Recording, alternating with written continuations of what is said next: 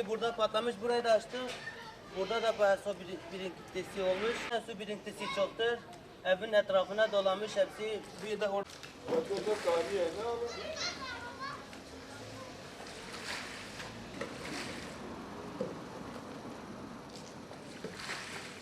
Su çıktığı yer burada çıkıyordu. Asfalt yaptılar. Şimdi orası kapandı.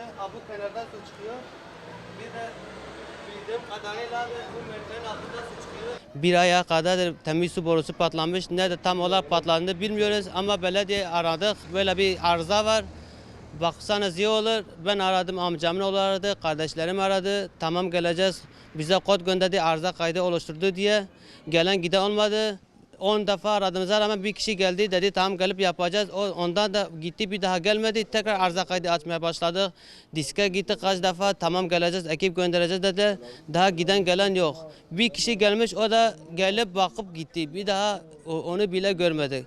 Evin etrafı hepsi su olmuş. Giden gelen araba evi sallatıyor. Sanki deprem olmuş gibi hissediyoruz.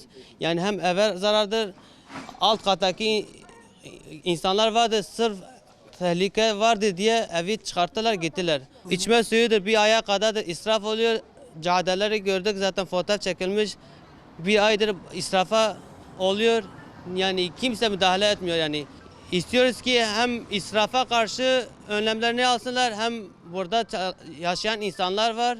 Hem eve zarar görmesin hem Allah korusun bir şey oldu mu ev çökmesinden sonra bunun hesabını kim verecek? Batman Belediyesi'nin bir an önce gelip bu arsasını gidermesini istiyoruz. Burada bir ay, 1,5 aydır su patlamış.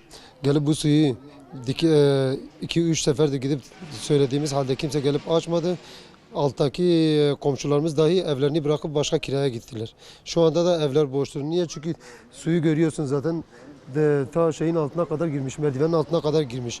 Evler de eski yapı olduğu için her anda tehlike var yani. Batman Belediyesi'nden talebimiz gelip bir an önce bunun önlemini alıp bu boruyu açıp da bir an önce yapmasıdır. Yani başka bir yerde olsa veya Gültepe tarafında olsa muhakkak gidip günde 10 sefer 20 sefer oralara gidebiliyorlar. Niye buraya gelip el atmıyorlar?